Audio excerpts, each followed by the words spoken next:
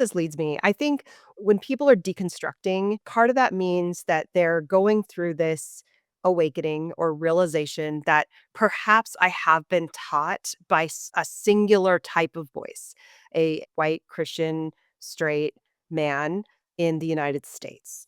Right. And the vast majority of my theology has been built on listening to pastors of only that frame and listening to theologians and scholars only through that one lens, right? And so I think part of my deconstruction was to force myself to look at what have I been taught by who, right? And then learn about who do I need to add to these voices in terms of a pastoral care, theologians, scholars, so I can get like a bigger picture of God. And so I'd like to just hear a little bit about that. Like if there are people who want to start on that journey, why do you think that's so important? How can you help them practically get started?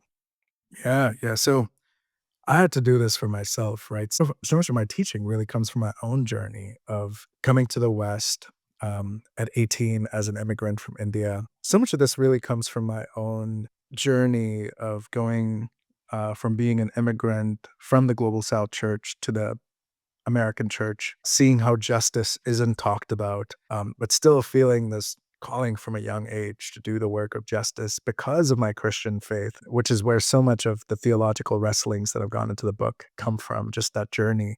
I wanted to be as American as possible, right? And really as white American as possible. I just wanted to fit in and assimilate. So I had this entire career before coming to ministry in Georgia Republican politics because I wanted to just fit in. And I think I also let my theology get co opted. And I see this happen to a lot of global South Christians too. We have this ingrained understanding of white as right in many ways, instead, of saying, look, there's beauty in the global church. Let's learn from every voice. I'm not saying that we shouldn't learn from white American men. My bishop is a white American Southern gentleman whose theology I absolutely adore. Some of my favorite writers, pastors, theologians are white American men. But what I'm saying is that it's dangerous to only learn from one branch of the church, especially a branch of the church that has mostly enjoyed power and wealth, right? We miss out on so much about Jesus when we don't learn from our neighbors on the margins, from the church on the margins, even siblings in creation, in other religions, because Jesus is everywhere. They have things to teach us about Jesus too. So I've gotten to meet survivors of human trafficking who don't know Jesus, who taught me more about Jesus than my best professors in seminary ever did, without even mentioning the word Jesus because they embodied Jesus to me, right? So, do we have the eyes to see Jesus in the world with curiosity? Because if we believe that Christ is all and in all, as Colossians 3:15 says, then we will cultivate the eyes to look for Christ all and in all.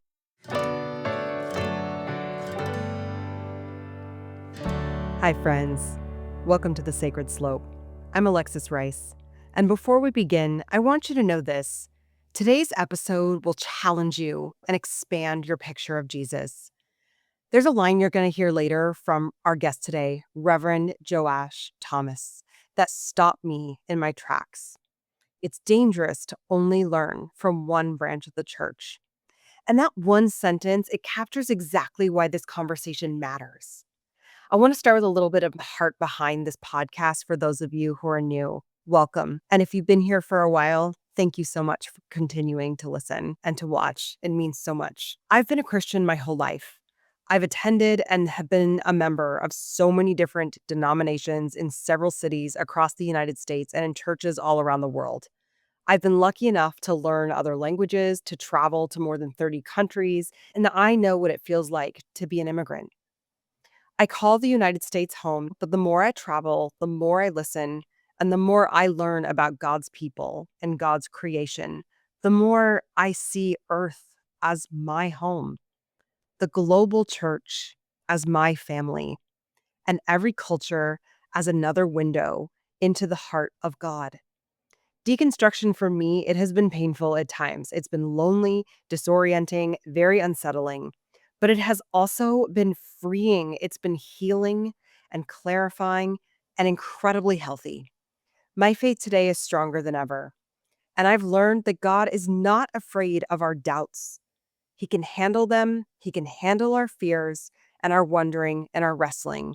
Sometimes it's the people that we're surrounding ourselves with that can't. So if you were raised in or shaped by or rooted in any version of Christianity anywhere in the world, Protestant, Catholic, Orthodox, Pentecostal, Anglican, or one of the thousands of traditions that make up our one global body of Christ, this space is something I made for you. I created the sacred slope for those who were told never to budge from the version of faith they were handed, even when that version started to go against your own values or your understanding of loving your neighbor as yourself. I made it so you could hear from pastors, priests, theologians, and artists who still have a tether to the Christian tradition, people who can help us grow, expand, heal, and deepen our understanding of God. This podcast is for progressive Christians who look at your evangelical brothers and sisters with bewilderment and think, how did we get here? It's for those who walked away, who put faith on the shelf because of trauma, disgust, betrayal, frustration, disillusionment, but who still feel something inside of you reaching out for God. You can experience the love of God through God's people, even if you're not ready, interested, or able to try a new church just yet. And if you're not a Christian, but you're curious, welcome. I hope this space expands your imagination, challenges your assumptions, and shows you that Christianity is not a monolith. It is as diverse as music, as art, as story, even though media, particularly in the United States, often makes it look like one narrow thing. There's a poem that I love by Edwin Markham, an American poet, that captures the heart of this podcast. He drew a circle that shut me out, heretic, rebel, a thing to flout. But love and I had the wit to win. We drew a circle that took him in. Because no one person, no denomination, no political party, and no country holds the corner on Christianity. Faith has always been bigger than the borders we draw around it. And today's guest embodies this beautifully. Reverend Joash Thomas. Reverend Joash Thomas is a St. Thomas Christian with deep Anglican roots, born into one of the oldest Christian traditions in the world, raised in India, an American citizen, shaped by multiple languages, and now living and ministering in Canada. He is, in every sense, something that I call a citizen of the world, someone whose life crosses cultures, continents, and traditions, giving him a rare and needed voice for our time. His new book, The Justice of Jesus, challenged me in ways that I didn't expect. It expanded my understanding of the global church, justice, theology, and what following Jesus looks like outside the narrow Western framing many of us grew up with. I think it's going to do the same for you. Thank you so much again for supporting this work and this ministry of mine. If you'd like to help sustain the podcast, you can visit the Buy Me a Coffee link in my link tree on Instagram. Your support truly does make this possible. And also, if you wouldn't mind taking a second to please rate, review, subscribe, and follow wherever you're watching or listening, so the algorithm gods may smile upon the sacred slope and help it reach the people who need it most. All right, friends, settle in and get ready to be healed, challenged, and inspired. Let's go. There's beauty in unraveling, safety in the questioning. Home is where you're wandering. You're right where you're supposed to be. You're right where you're supposed to be.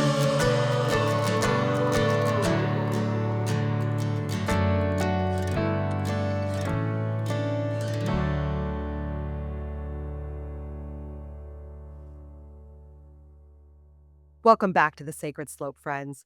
Today I'm so excited to welcome Reverend Joash Thomas. Hi, Reverend Joash. Hey, Alexis, so great to be here. So, Reverend Joash is a public theologian, a preacher, and a global advocate whose voice is helping the church rediscover the liberating heart of the gospel. And he just wrote this book. I love it so much. It's called The Justice of Jesus. I'm so in love with it, and especially the audiobook because you read it, and I just love to hear it through your voice. Joash was born and raised in India within the ancient St. Thomas Christian tradition. And that is, I had to learn about it, one of the world's oldest Christian communities. It traces its roots back to the Apostle Thomas. Reverend Joash carries a lens that bridges East and West, faith and justice, contemplation and activism. And he reminds us that Jesus was never a Western export, but the living embodiment of liberation for all.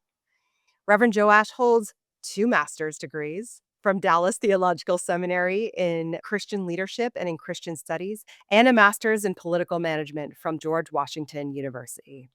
Before entering ministry, he led a political consulting and lobbying firm in the US and then moved into international human rights and development work. Today, he is an ordained deacon in the Diocese of St. Anthony within the Communion of Evangelical Episcopal Churches.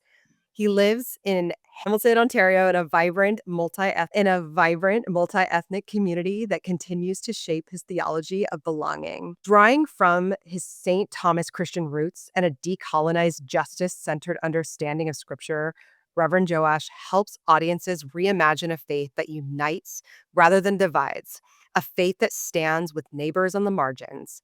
Through speaking, teaching, and advocacy, he calls Christians to a more contemplative yet courageous activism, one motivated by the grace-filled, nonviolent way of Jesus. His new book is both prophetic and pastoral.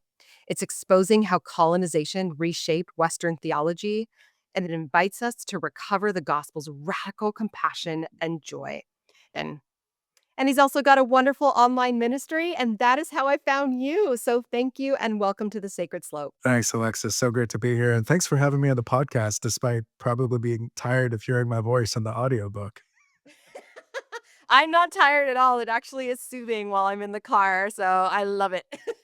That's encouraging. I'd love to start about learning about your upbringing. Can you tell us about your childhood? What did the spiritual life look like for you? And what did it also look like around you? Yeah. So I grew up in a evangelical setting, really a Pentecostal offshoot of the St. Thomas Indian Christian tradition called the Indian Pentecostal Church. I was born and raised there. My dad's a fourth generation, so I'm fifth generation Pentecostal from that St. Thomas branch. And then my mom actually grew up in another St. Thomas branch, which is more Anglican Orthodox in nature. So they have Orthodox Byzantine era liturgy and Syriac combined with Reformation fervor. So it's Anglican communion, but it's in the Orthodox vein. So it's called the Marthoma Church. So my mom essentially left that church to get married to my dad. All her priests boycotted the wedding because how can you marry a Pentecostal? So colonialism's really done a number in dividing even these St. Thomas denominations from each other. My mom was my Sunday school teacher. I put my faith in Jesus when I was 5 through a verbal confession of faith, and I've been trying to follow Jesus ever since. But I grew up, I would say, in a very ecumenical setting where my dad's side of the family, half of it was Pentecostal, the other half was Brethren that didn't believe in the gifts of the Spirit. So there's ecumenism just on my dad's side. And then my mom's side was, Orthodox, Anglican, Orthodox, some Catholics, so a good blend of everyone in the St. Thomas world. And but I also grew up as a third culture kid in Mumbai. I was raised with my mother tongue, which is Malayalam, because my grandparents came from Kerala to Mumbai in the 1950s. And so I speak English, Hindi, Marathi. Those are my first three languages that I learned, and then I learned others in university. But yeah, so, I think I am most at home where everyone's a minority and where there's a mosaic of different cultures coming together in the world today. Ooh, I really resonate with that. When I studied abroad for the very first time and lived in several different countries and traveled, I started using this term. I really enjoy this group of humans that are citizens of the world, is what I call them. And what that means is it doesn't matter where you come from or where you live now, but the fact is that you understand what it feels like to exist in another culture that's not your own, or to be a foreigner, or to be trying to learn like another language. The citizens of the world is also where I feel very comfortable. Yes, yes. And there's beauty there, right? Because We have a creator God who's created this beautiful mosaic. Why would we want one voice to be dominant over everyone else? Let's all live together like in the garden, just this pluralism and ecumenism of all of God's creation living in peace and harmony together. Yes, amen. Something that I found really interesting about you when I first saw you, I'm going to be super honest just to help our evangelical friends who who get these triggers and these warning signs of like danger, danger. He's not like a real like pastor or priest. So this is why, because I had never heard of the St. Thomas denomination. And so I was like, what is this? I don't know what this is. And isn't that terrible that like internally, that's my first gut reaction, even though I find myself to really be very open to curiosity and understanding. But I want to share that because I feel like it's really important to listen to the signals in our bodies that maybe we were trained to feel. And so they might not even be like the rational part of ourselves, but like the body and just go, oh my gosh, wait, let's check that. Why do I meet somebody that I don't understand or somebody from a different denomination or understanding? Why do I meet that with like fear, resistance, different other all these colonial things that we will talk about today that were ingrained from childhood. So I share that with you as like in total embarrassment. But also after that feeling, I met you with ultimate curiosity. I was so excited and interested to be like, wow, you have so many interesting things to say in different perspectives. So I'd love to ask you about you said that when you stopped checking your global south perspective at the door Yeah. of the Western church, everything began to change. So I'd love to learn about this. What was that moment of awakening like for you? And why do you think it's so important to listen to people with different perspectives? Yeah, yeah. Well, let me start responding to that by painting a picture of what St. Thomas Indian Christians are for those who might be new to that. And understandably so, I think St. Thomas Indian Christians are the global church's best kept secret in many ways. And it's sad that it is kept a secret, but not really kept a secret, but we're not told about it in the Western church. I went to a top conservative evangelical theological seminary, Dallas Theological Seminary. And in all my world history classes, I was only taught about the history of the Western church. I was never taught about the history of the global South church. I was never taught about the history of the Palestinian church, the Ethiopian church, the Egyptian Coptic church. All of these churches were also set up by the apostles, by the way, going back to Jesus, or the church of my ancestors was never brought up, right? So St. Thomas Indian Christians have existed in India, southern India, for 2,000 years, going back to the Apostle Thomas, who brought us the gospel from Jesus. Our people were worshiping Jesus for 1,500 years before the first Western missionaries showed up with colonial powers trying to convert us. They were really operating out of colonialism than out of Jesus. And they were trying to convert us to their narrow Western ways of understanding God and neighbor, which were shaped by the empires of their day, which were all about divide and conquer versus uniting and healing. Because the gospel of Christ, and I think even evangelicals would agree in theory that the gospel of Christ unites to heal the world.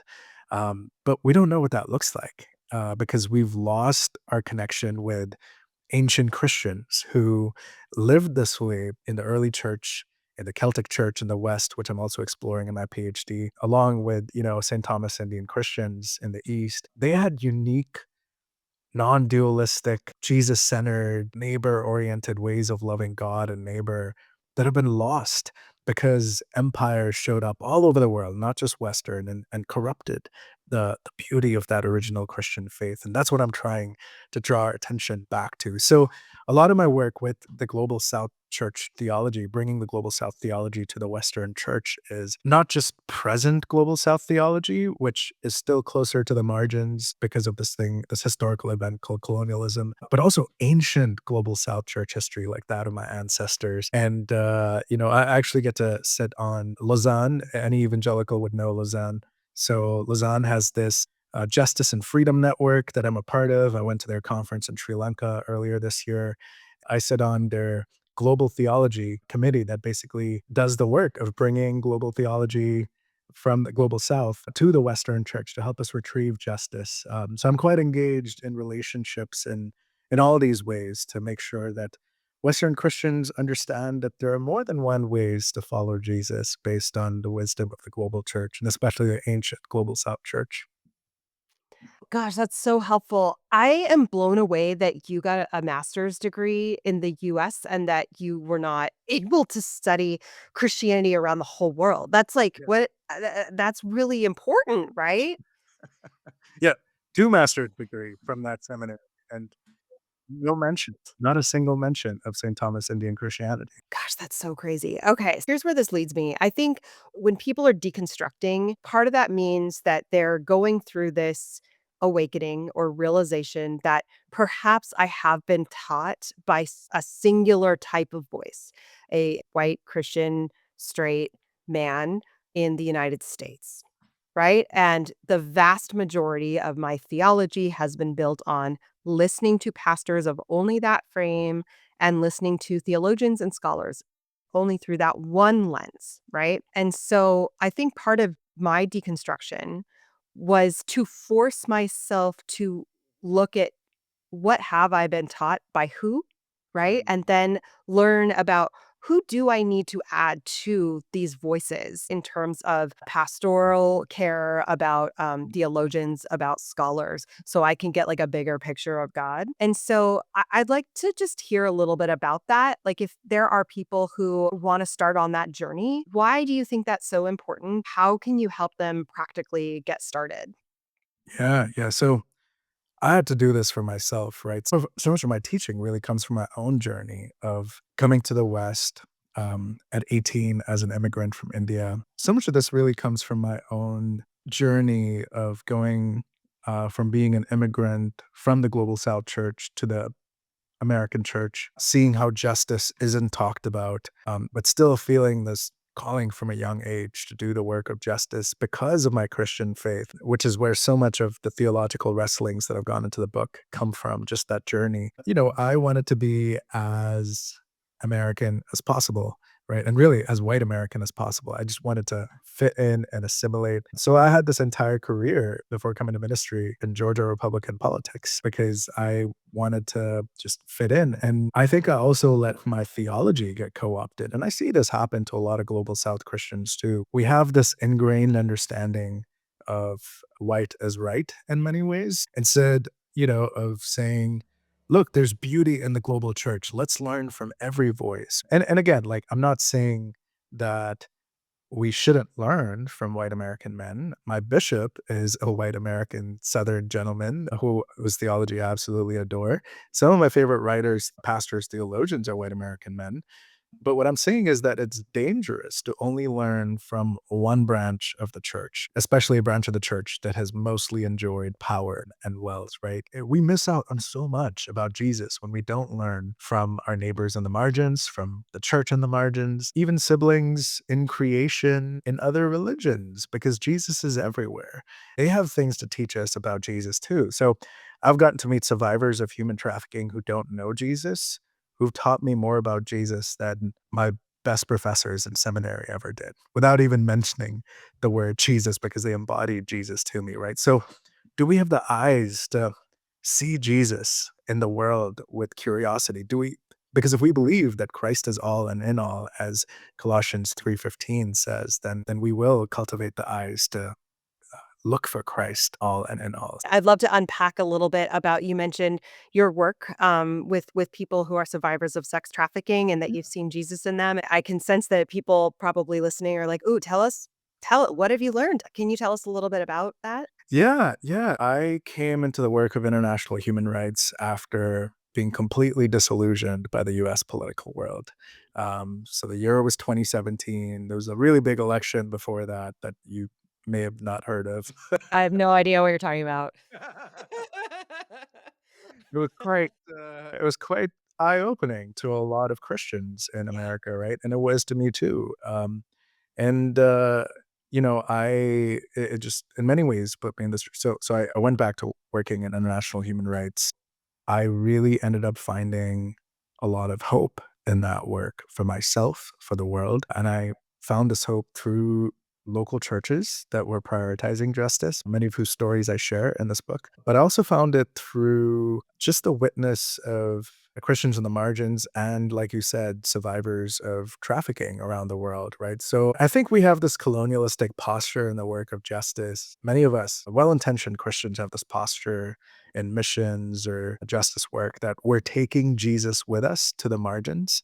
But Jesus is already on the margins. He was incarnated among the margins. Like I say this in my sermons often, but Jesus could have chosen to show up as a Kardashian if he wanted to. You know, he could have shown up as a Trump or a Trudeau or a Kennedy, but he took on marginalized human flesh, right? He came in the form of a baby born to a family fleeing violence, a refugee family fleeing genocide. You know, he lived as a poor working class man his entire life in an occupied, colonized context under empire himself. And he was executed by the empire as an innocent victim of state crime ultimately. And so there's so much beauty in Jesus's marginalized nature that we don't focus on or talk about because we have come up with this theology of elevating the spiritual over the physical. So we focus more on the divinity of Jesus, which we should talk about, absolutely. But we just skim past his marginalized human identity. So Jesus is on the margins. He was incarnated among the margins. There's still signs of Jesus on the margins. And Jesus is also on the margins because one of the ideas that I retrieve in this book from Global South, really Global South Catholic theology, is this idea of God's preferential option for people in poverty and oppression. So God stands with people who are poor and oppressed. Now, does this mean that God hates the rich and the powerful? Of course not. Jesus dined with the rich and the powerful, but he invited them to join his work on the margins, right? By selling everything they have, giving to the poor, and identifying with Jesus on the margins. And many of them walked away from that. So there's this invitation to all of us, including myself, because I come from privilege and wealth and power in India myself. There's this invitation of Jesus to live like Jesus did as a rich young ruler who walked away from his divine inheritance, came down to earth, took on marginalized human flesh. And that's the gospel that's good news to people in poverty and oppression, as Jesus states in Luke 4:18, where he defines the gospel, good news for the poor, liberation for the captive, the oppressed, recovery of sight to the blind in the dungeons of captivity. So, my invitation to us is to just proclaim this good news. And who better to teach us this good news than survivors of trauma, not just internationally in trafficking, but in our own context? Women who've survived horrific marriages, orphans, widows, refugees. If we're not too busy trying to get rid of them, we can actually learn from them. They can teach us about Jesus if we humble ourselves and sit at their feet. I want to turn to a few things in the book that I highlighted. I'd love to read some of the things that really stuck out to me. I was telling you before we started recording that I read a lot of books in my years of deconstructing, and I love them all. But sometimes you get to a point when you've been doing this work for a long time where you're like, I think I probably have deconstructed a lot. And I kind of probably quote, know, a lot of the things that I've deconstructed from. But this book has been so challenging to me. And I've really appreciated and loved that. We're going to start with recentering the table. Yeah.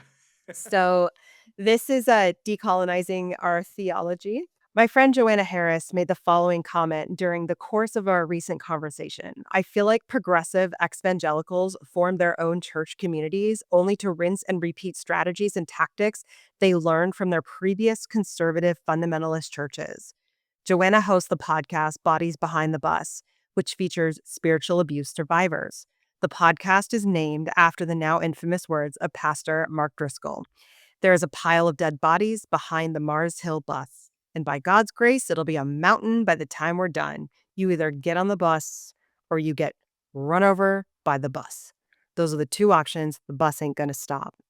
When we prioritize the salvation of souls over the liberation of human bodies, we, church and ministry leaders, say bizarre things that sound nothing like the way of Jesus. Unfortunately, many progressive evangelicals rush to plant attractional churches that look, feel, and sound like the rudderless evangelical churches they just left. The theology may be different, but the structures of power and uniformity are more or less the same. Deconstruction without decolonization is pointless and ultimately does nothing for our marginalized neighbors. Can you talk more about that? Woo, Yeah. chills.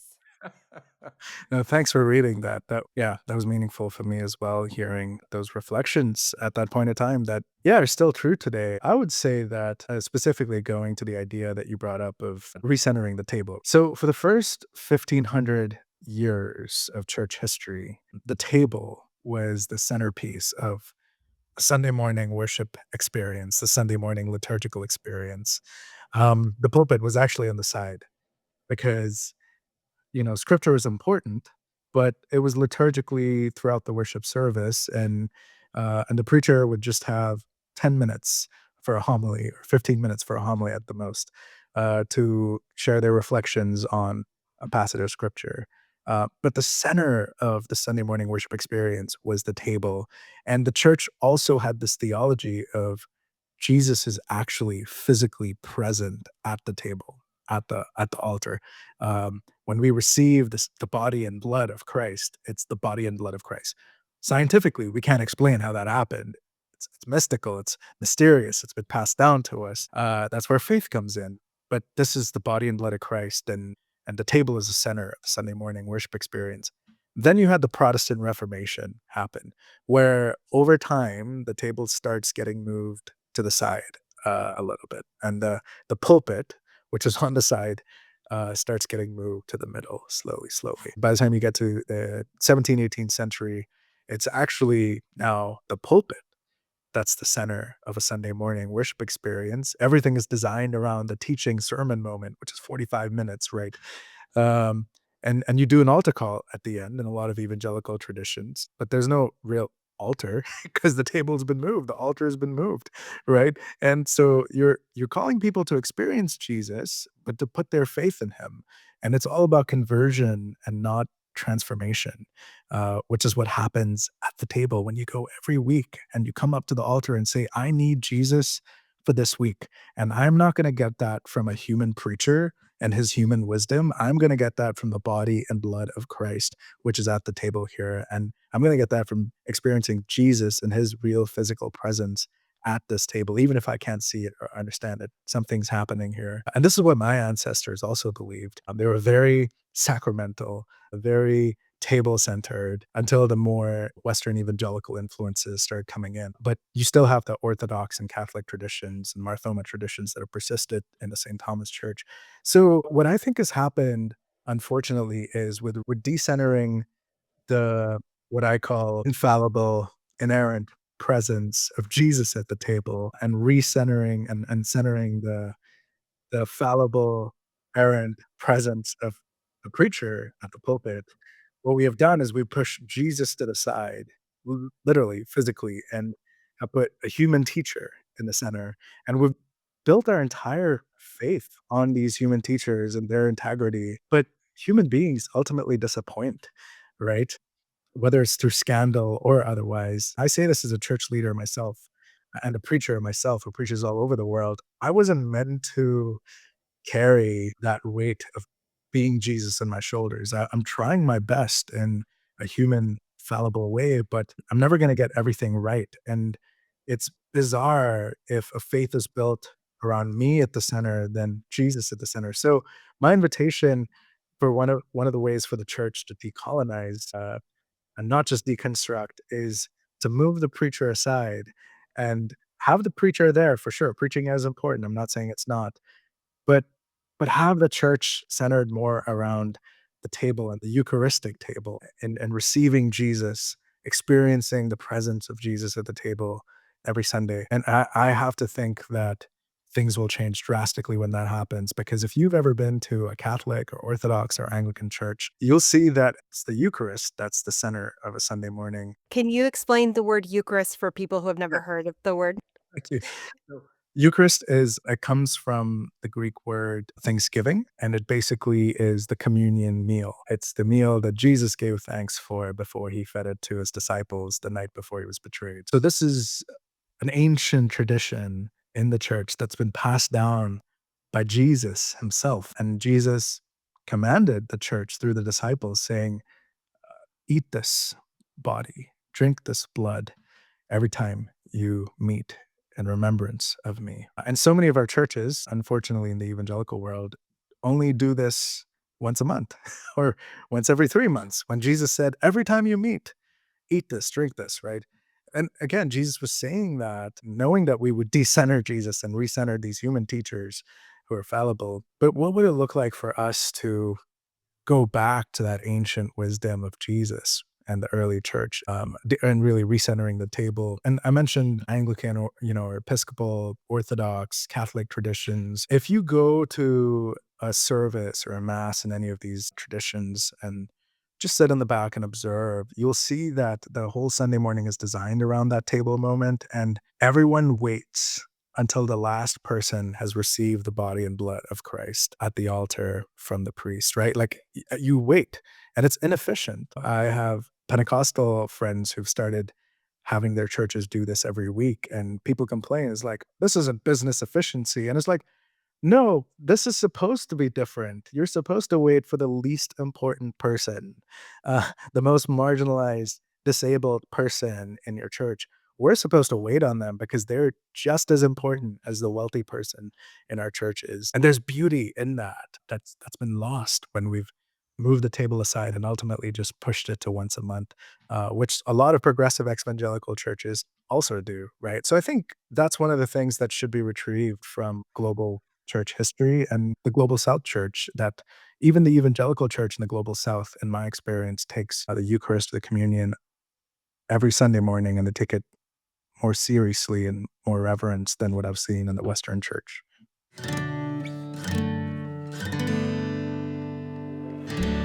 Next, we're going to go to the chapter about why justice seems antithetical to the Western church in the beginning. This one hits because in the last decade or so, especially in the last 11 months or so, this has been more and more intense in, I'm assuming, Canada, but also in the US, with a lot of evangelicals trying to distinguish between biblical justice and justice. And they have somehow convinced themselves that fighting for people who are marginalized is not only like not Christian, but it's just not, it's like antithetical to Christ. We're going to talk about that right now. Yeah. So you say, if you're a North American Christian with a passion for justice, you've probably faced questions like this. Perhaps you become numb to statements like the following: define justice. Social justice is not biblical justice. Justice, this world's way, is different from justice, Jesus's way. Now, to be fair, there is a difference between justice, Jesus's way, and justice, the world's way, though not in the ways you've likely been taught. Still, I'm trying to get a couple of deeper questions here. Where does this resistance to justice movements inside and outside the church come from?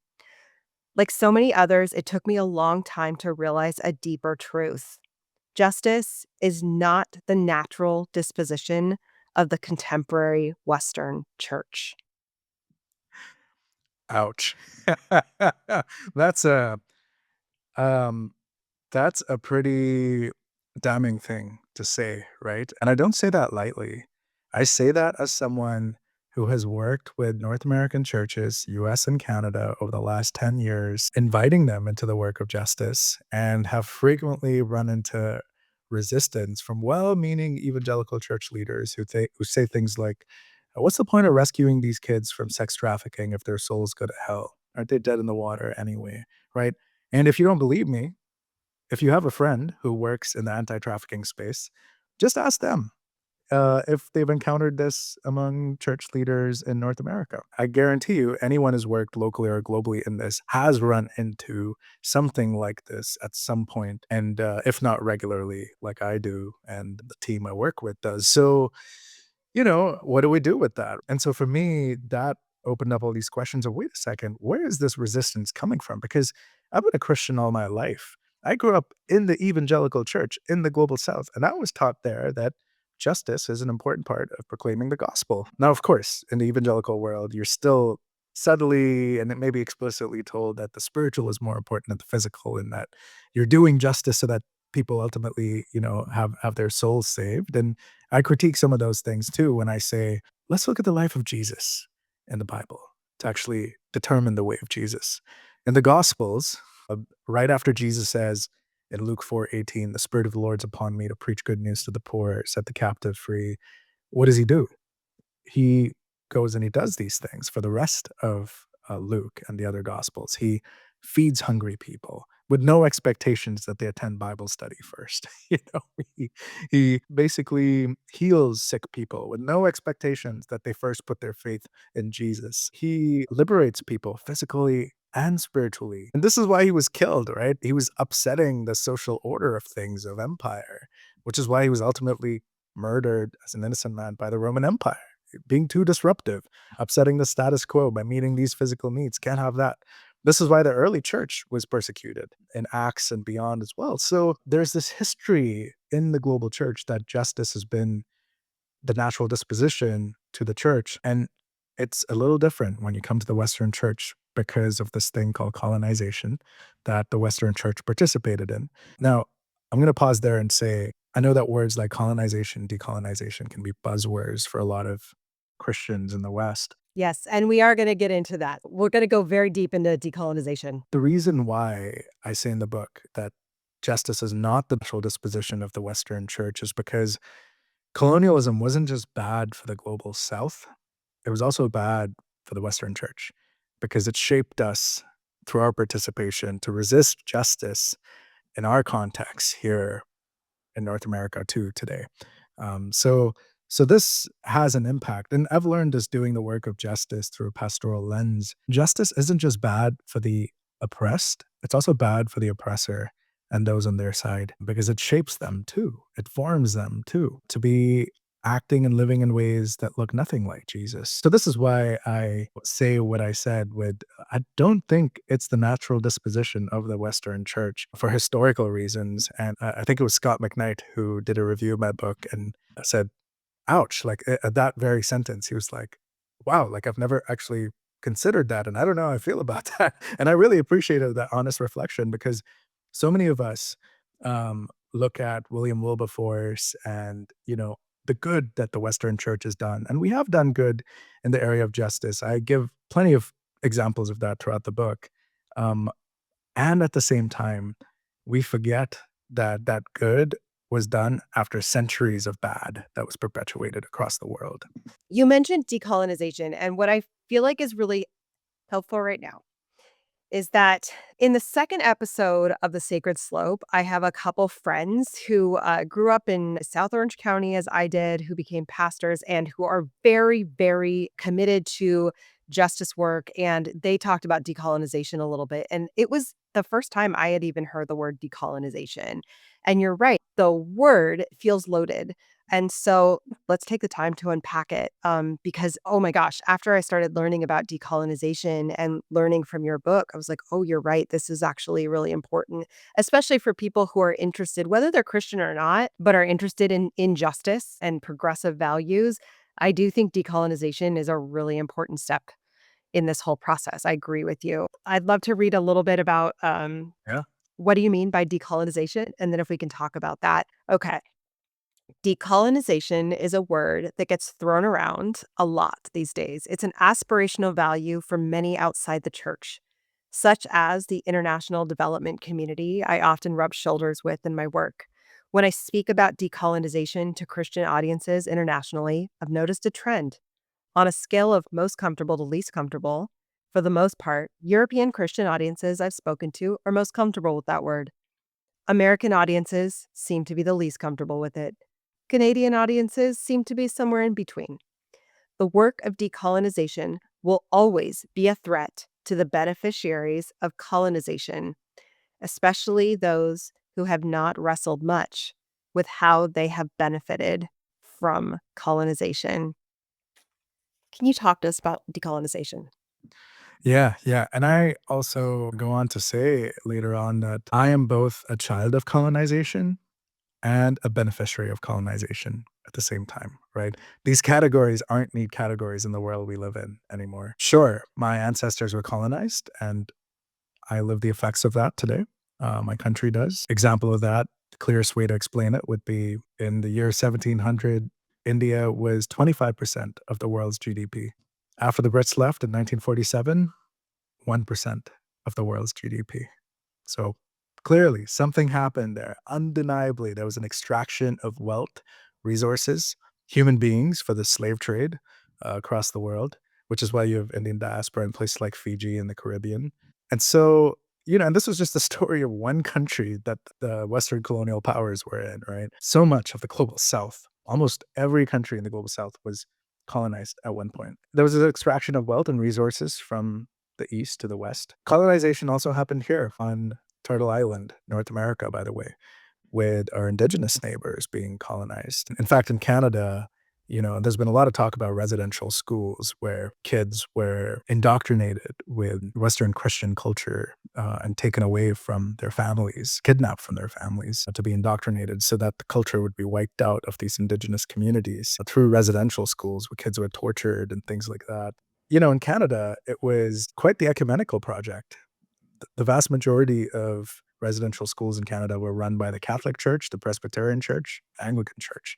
Now, these churches have so much in disagreement, but they all agreed on Jesus and colonization, apparently, right? And so there's history here. There's real history, and we can change the past, but we can be faithful in the present. And Jesus calls us to be faithful in the present as the church today. So let's locate ourselves in this historical context for the world that we find ourselves in today. Because if we do that, we'll do the work of justice a lot better. Decolonization, I think, is essentially the work of reversing the ill effects of the sin of colonization. It's repairing what was made broken. And it's doing that out of a Jesus-centered place, out of the belief that the church has always believed that one day Jesus will come back to judge the living and the dead, to make everything right and whole again, um, on earth as it is in heaven, right? And we do that work as a church through the work of justice by repairing what's broken, by proclaiming a future reality of a perfect justice that'll come when Jesus returns. So theologically, from a Christian perspective, a faith perspective, the work of faith decolonization then for us is to remove the empire-shaped understandings of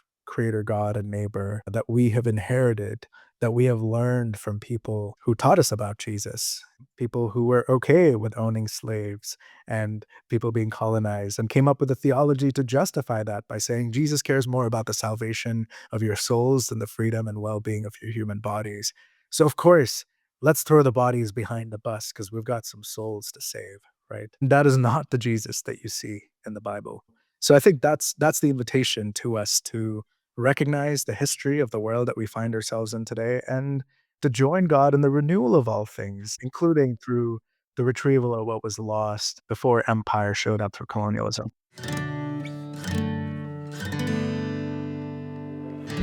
Let's talk about politics right now. Something that I have noticed and feel frustrated about is the fact that there seems to be this binary in the United States right now, this narrative that actually I think is reinforced through progressive and conservative media about what it means to be a Christian.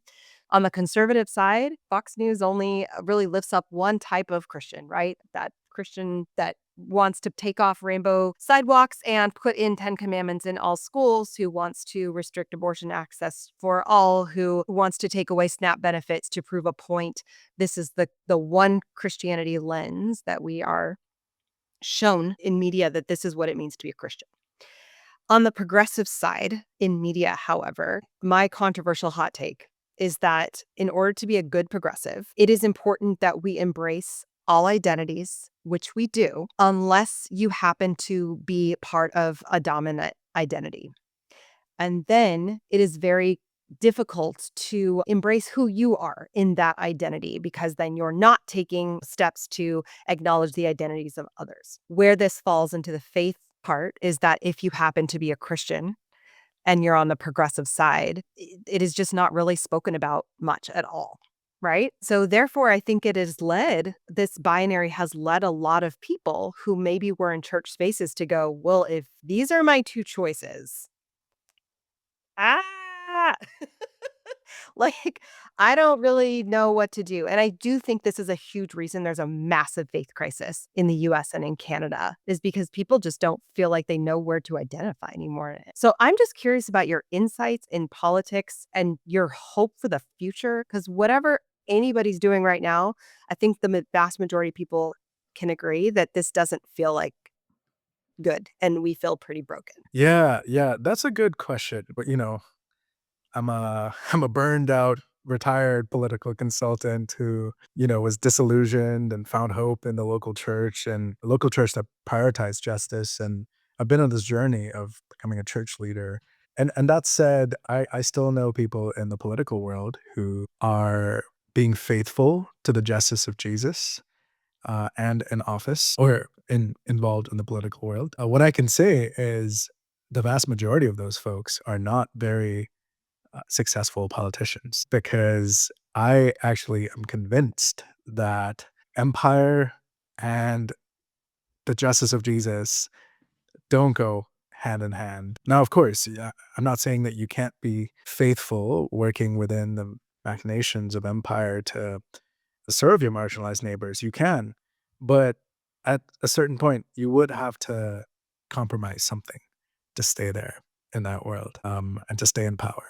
And maybe that compromise is children in Gaza because the American empire supports the regime that oppresses these children, right? And this was my critique to a lot of folks on the left who identify as Christian and serve in politics. It's like, oh, but who's your master now? You know? Well, who's your master now? Is it mammon or empire, as Jesus said? Or is it God, right? And Jesus himself said, you can't serve both God and empire. So you have to choose. So if you're serving in government, you're asked to take these oaths of allegiance and all that. How does that work out with your allegiance to King Jesus at the same time? Right. So again, I'm not saying that it can't be done. What I'm saying is it's trickier than we give it credit for. And I think the role of the church is to sit outside and really transcend these binaries of empire, stand for justice for everyone in need of justice, because everyone in need of justice is made in the image of God.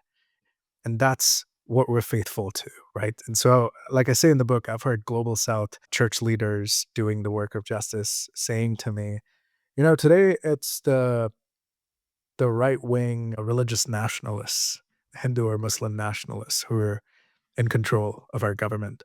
Tomorrow it could be the communists. And a lot of these countries do have communist parties, right?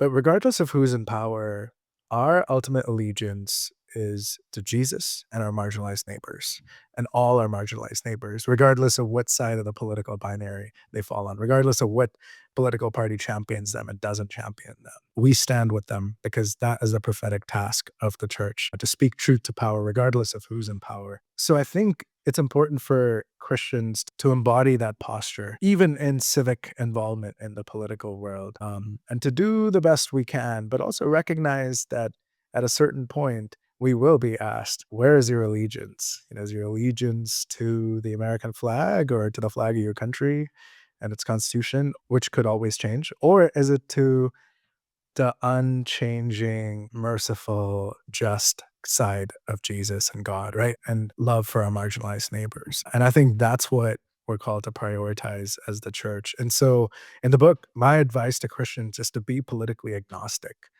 except on behalf of our marginalized neighbors. They're our top client. And any of our marginalized neighbors who bear the image of God or are created by God. So this includes creation too, by the way. We stand on creation's side, whether it's a human being or any other created being, because we have the same creator. Empires want to divide and conquer for that reason, because when you divide and conquer, even the church, it's easy to turn people against each other to extract wealth and resources and extract creation, nature. But the gospel of Christ unites to heal, and it starts by standing in solidarity with creation and all our marginalized neighbors and every human being made in the image of God to stand for their just, equitable treatment, and being politically agnostic except on their behalf. So many challenges. So many challenges today. It's really great. This is so thought-provoking. And just so you know, this podcast is being heard all over the world in over 35 countries so far. So what's very cool is that we're speaking to not just Americans, but I loved what you said about,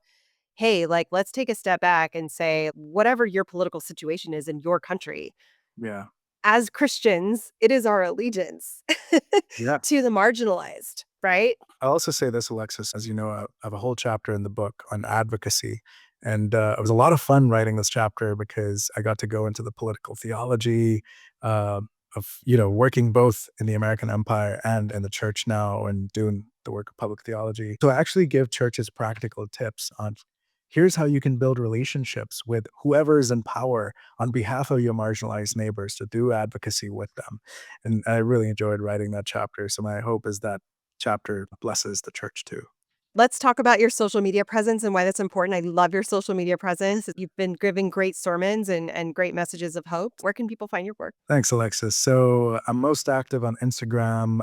It's at Joash B. Thomas. I'm also on Substack. My Substack's called Jesus Justice and Joash. I try to send weekly reflections on scripture and really on justice and Jesus in the Bible, seeing him everywhere. Because once you see it, you can't unsee it. It's everywhere. And the book, The Justice of Jesus, is out anywhere you buy your books, basically. It's also available through the audiobook format, which I'm so encouraged that that's the format that has blessed and encouraged you. And I got to narrate that, which was a lot of fun. But yeah, this was such an encouraging conversation. My prayer for us, and I know I will literally get to pray for us in a bit, but my hope and my prayer for us is that we would reject the binaries that you talked about, Alexis, that empires present us with, to stand with all of our marginalized neighbors and all of creation. And we would discern with the Spirit what that looks like for us in our context, because many of us are not in the US, not in Turtle Island, we're around the world. What does the justice of Jesus embodied in my life, in my church's life, look like for us right now? And my hope is that this book is a resource that you can read, you can give to a friend who says, this justice stuff isn't Christian, it's woke Marxism, or a resource that your small group and discipleship group can read together and explore the Christian roots of justice. What are some books, scholars, theologians that have influenced you that might be helpful to share as you're getting your PhD? So I'm sure you have 100 million, but what are some that are maybe potentially accessible to people listening? Totally. Well, most of them are dead. So, like those are always the best theologians. Dead theologians are least likely to disappoint you, right? And I say that of a theologian is alive. What I would say is I have learned so much from the Black church in America. Voices like James Cone, Willie James Jennings, who's still alive, Black men and women who throughout history have lived under the boot of empire and faithfully found hope to resist by following Jesus in the midst of all that and pursuing justice at the same time have really inspired me. So Black liberation theology has been huge. If there's one book I recommend in that genre, it would be James Cone's The Cross and the Lynching Tree. It's just a book that changed my life. In terms of global theology, liberation theology from Latin America, also Latin American evangelical left theology is what they're called. People like Gustavo Gutierrez would be a Catholic liberation theologian, Leonardo Boff, a liberation theologian. Rene Padilla would be an evangelical voice in the Latin American church. And then my book, if you read the bibliography for my book, you'll see me cite all these people that I talk about. Yet another reason to get this, man. Someone in the review of the book basically said, I would pay extra money just for the bibliography section of this book because it's rich in global South theology and theologians we can learn from. I quote Palestinian liberation theologians. I quote St. Thomas tradition theologians. Lately, I've been studying more Celtic theologians. So anyway, just check out the bibliography section in the book. All those sources are solid. Yes, these are awesome. Most of them are Tisby, yeah, Jamar Turkey. Yeah, great. most of them are Black, brown, indigenous, outside North America, men, women, people closer to the margins. I try to do that myself in my writing. Awesome. And finally, as we close today, Reverend Joash, there are people listening who are not currently connected to church spaces, but need prayer and haven't been prayed over in a long time. And I was wondering if you could pray over them. Yeah, so I'll offer a short prayer and a liturgical prayer. So an evangelical prayer where you pray your own prayers, and a liturgical prayer that's more Catholic and Anglican. Let me open this up with my prayer for everyone listening right now. So wherever you are listening to this or watching this, take a moment, take a deep breath, possess your bodies, and receive this. Creator God, I pray for every single person right now who needs encouragement, who needs hope just to keep going. I pray that your spirit would meet them wherever they are and go with them and before them and behind them. Surround them with your love and mercy, which is for them. And I pray that this love and mercy would shape each and every one of us to be your instrument of peace. And let me pray this prayer of St. Francis, which is also called a prayer for peace. Receive this. Lord, make me an instrument of your peace. Where there is hatred, let me sow love. Where there is injury, pardon. Where there is doubt, faith. Where there is despair, hope. Where there is darkness, light. Where there is sadness, joy. O divine Master, grant that I may not so much seek to be consoled as to console, to be understood as to understand, to be loved as to love. For it is in giving that we receive, it is in pardoning that we are pardoned, and it is in dying that we are born to eternal life. We ask these things in the name of the Father, Son, Holy Spirit. Amen. Amen. Reverend Joash, thank you so much for being on the Sacred Slope today. Absolutely, Alexis. Thanks for having me. And I have one more question. What do you like to do for fun? Oh, cooking. A lot of cooking Indian food. So I post a lot of that content on my Instagram stories as well, if anyone who just needed motivation. Favorite Indian meal to cook? Tell you what, I have this spicy butter chicken recipe that I've been giving to, special supporters and that kind of thing. So what I'll do is, for every single person who listens to this podcast episode and orders the book, just DM me on social media, and I'll send you a digital version of my spicy butter chicken recipe. Oh my gosh, I love it. Thanks, Reverend Joash. Can't wait to meet you in person, hopefully someday. You too, Alexis. Look forward to it. Yeah. Blessings.